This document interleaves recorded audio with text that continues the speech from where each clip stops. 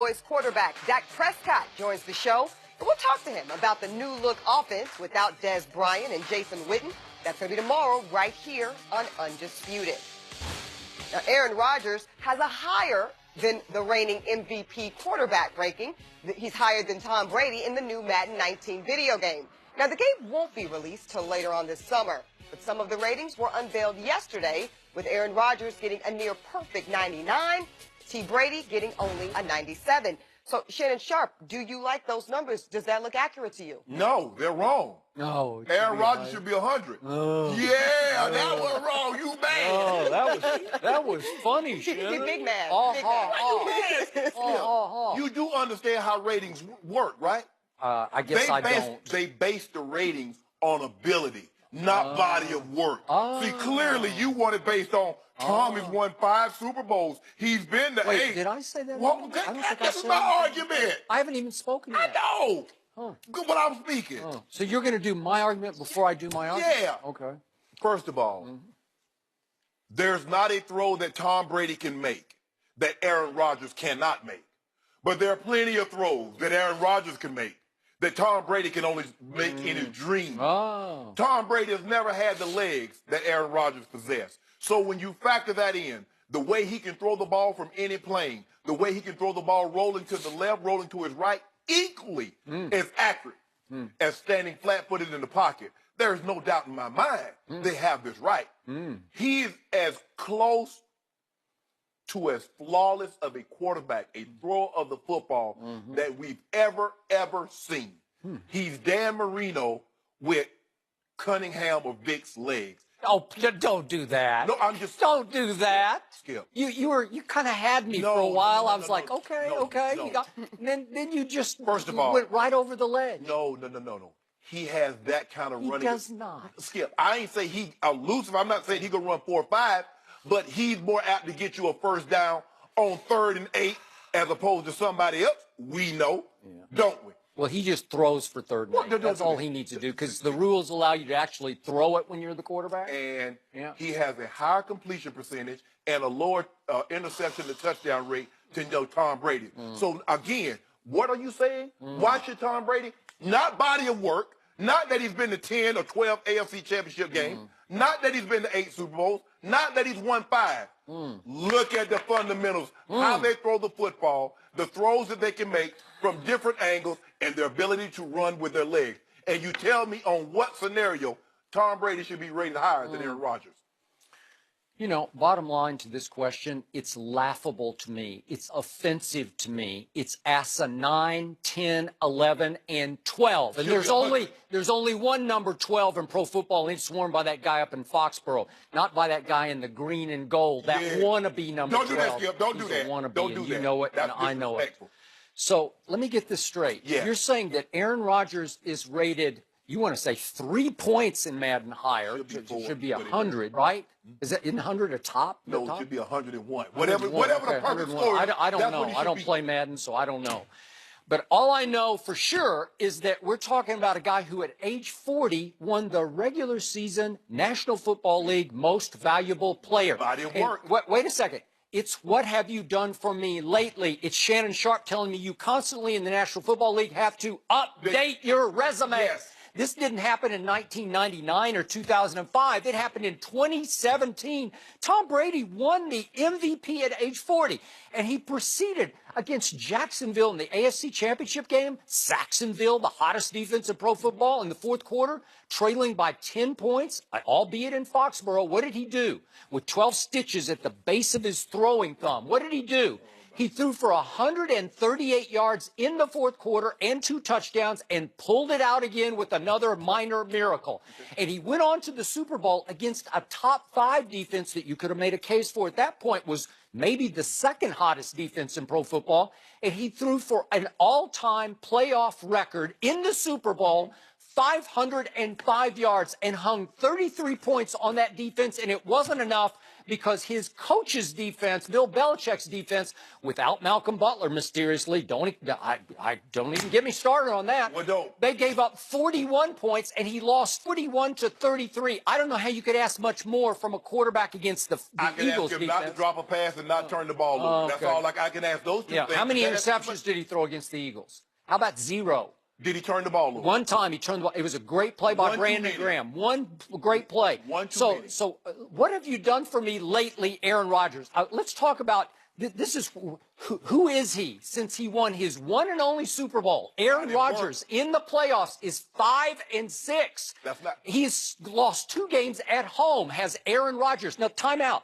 Just since that Super Bowl that Aaron Rodgers won, Tom Brady in the postseason is 13-5. Just since then, he's 11-1 at home. That's not how. Okay, but body of work goes all the way up to last year's Super Bowl, and then we just ask the big picture questions. Who is the better quarterback, Tom Brady or Aaron Rodgers? It's not even close. It's Tom Brady. I'm talking about playing the position.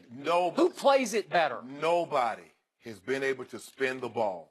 Dan Marino, but so this is just like a beauty pageant eye test? Yeah. Is that what we're doing? Yeah. Are we just putting up like video of how one pass looks? Name a throw that Tom Brady can make that Aaron Rodgers can't make. Okay, well, obviously, but fourth quarter, money on the line, highest stakes. Who do you want at quarterback? And don't tell me Aaron Rodgers, because you're lying if you say it's Aaron Rodgers. You gonna make my argument for me?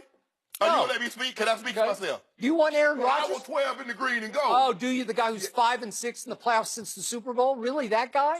Who stunk it up in Seattle in the championship game? That guy?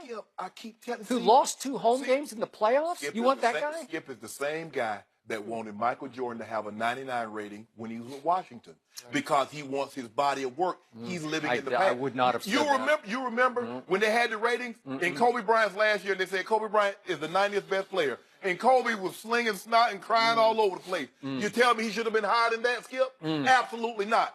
The fact of the matter is that when they make these ratings, they basing it on skill set. Aaron Donald also has a 99. So does Antonio Brown. But when you look at it, Skip, you look at what they can do. You look at Aaron Donald as far as power, as far as speed, as far as quickness. You look at Antonio Brown, and then you go back to the quarterback position. The way this guy can spin the ball, rolling left, rolling right, change arm angles, run with his legs. Skip is not even close. This is not a knock. See, you keep looking at body of work. Again, you went back. Since Aaron Rodgers' long Super Bowl, Tom Brady's 13-5. He threw for 500. No. I just went back to the last Super Bowl. It was just played back in February. He can't spin the ball. 505 yards? No one's ever come close to that in a playoff game. Not in a Super Bowl, in a playoff game.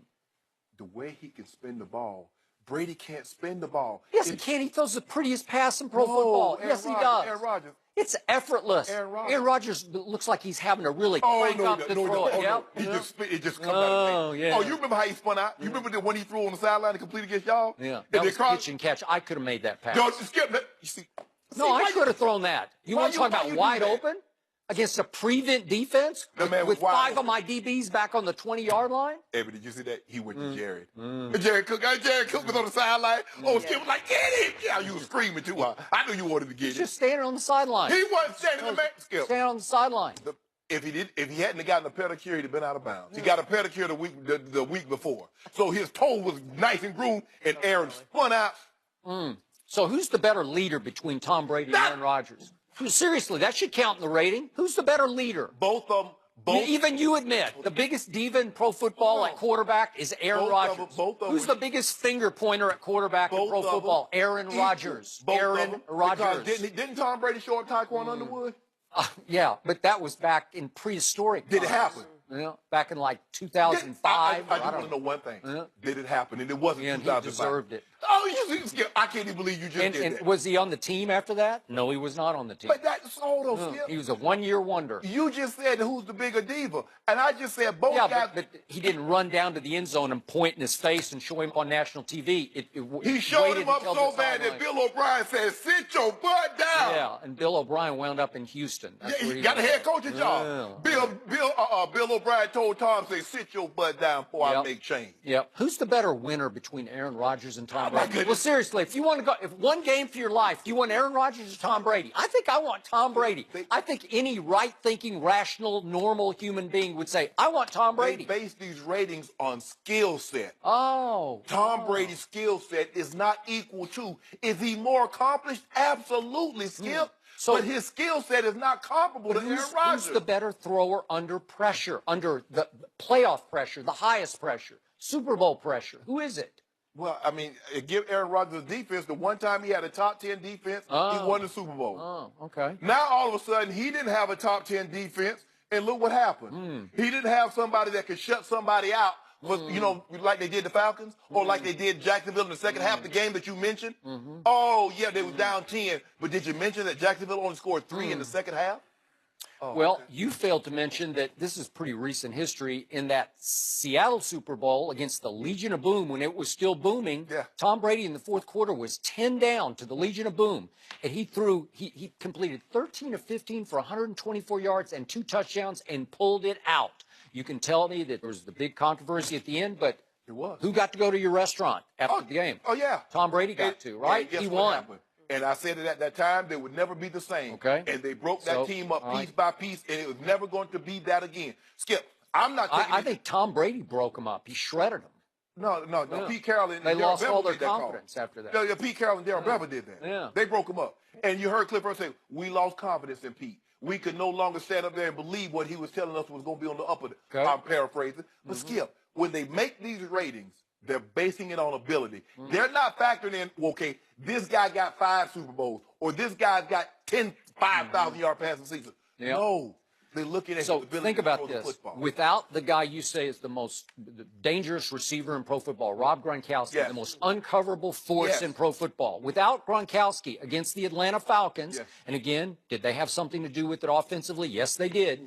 But Tom Brady took advantage of their offensive ineptitude at that point by throwing in the fourth quarter and overtime for 246 yards. 240, that's outrageous. And what in the fourth quarter in overtime, can you tell the people at home how many points the Falcons offense scored in that time? Well, I want to know, did Coach Belichick's defense have anything to do with it? Yeah, it had something to do with it. Okay. You know? Or maybe the play calling had something to do with it. But what had everything to do with it, they kept looking over at number 12 on the other sideline saying, we got to keep doing what we do. And the Eagles kept looking at him, and they kept scoring. And Tom Brady couldn't match him. You see how that works, Skip Bayless? It don't matter what you do. If the other team keep putting that pressure on you, what the Falcons could not do, the Eagles kept that pressure on them. And every time they would get tighter and tighter. Yeah. He actually did match them because he threw a Hail Mary that should have been complete. No, he didn't. Have you seen this lately? I've seen it. And could we see it just quickly, just to see? Wait. Can we see what Tom Brady did? Because do you see the move? We just lost it. We saw it too quickly. What a throw that was to Gronkowski. How did he not catch that? If he's the most dangerous, the biggest uncoverable force. Stop! What a beautiful throw that was to hit him right in the hands. It did not. And by the way, we don't see the first of the play. Do you see Tom Brady with those pocket feet of his elude Brandon Graham, who had knocked the ball out of his hands? We missed it right at the start. But he puts a move on Brandon Graham that left Brandon Graham sprawled on the man's turf. coming full speed, Skip. He takes one step. The game should have ended in a sack, and it did not because Tom Brady has ballerina feet in the pocket. He still does. As long as the game ended with the confetti coming down that was green and white instead of blue, instead of red and blue, the Eagles were happy. I know that's what you wanted. You wanted that so you can come in here and gloat. And then I would have never. I'm still gloating over 505 and 33 points. You know what? How can you beat that? That's.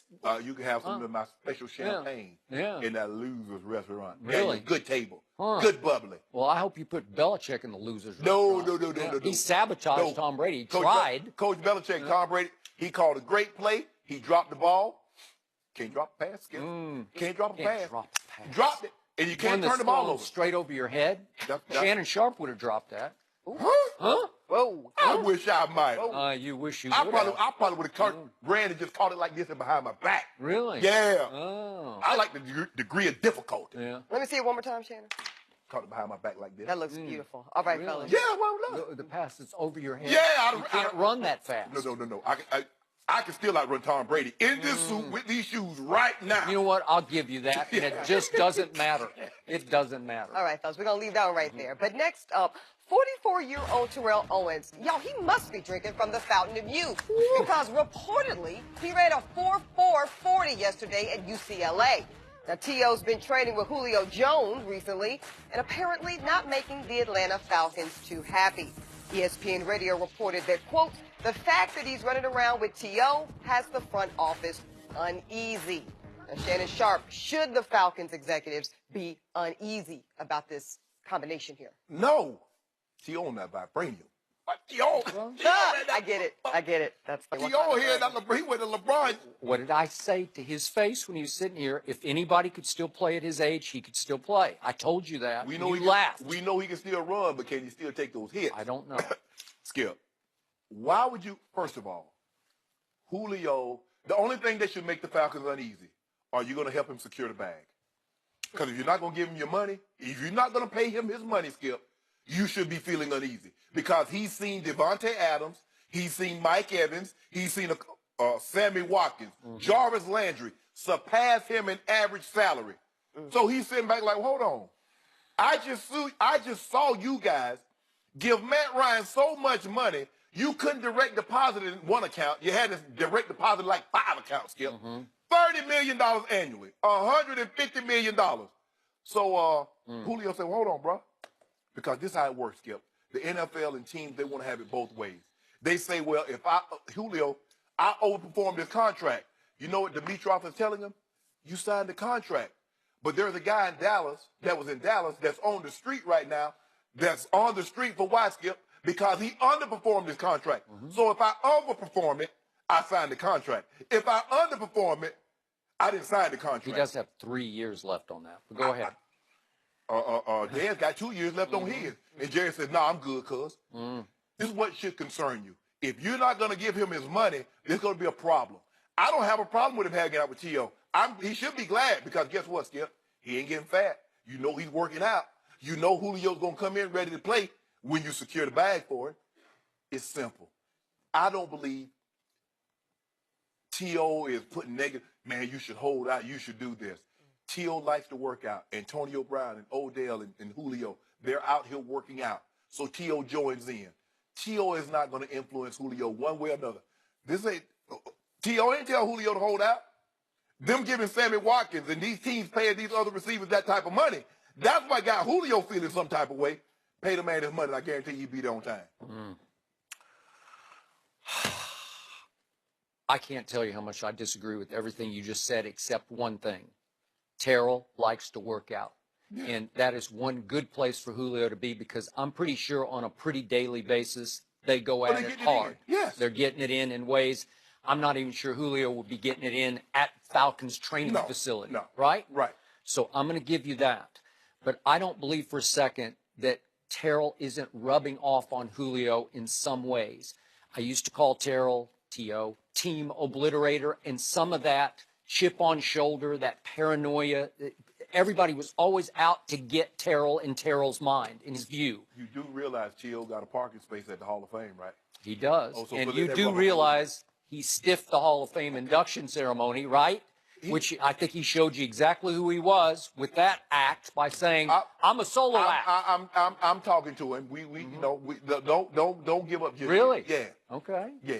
I'm behind the scenes. I'm working. So you're influencing him the way he's influencing Julio, right? No? So, look, what do we love about Julio? What do the Falcons and management love about Julio? He just plays, man. He just dominates. He doesn't say much. No. He doesn't make any waves that I've ever been aware of, right? No. There's no sideshow, act going on. Right. There's no celebration act.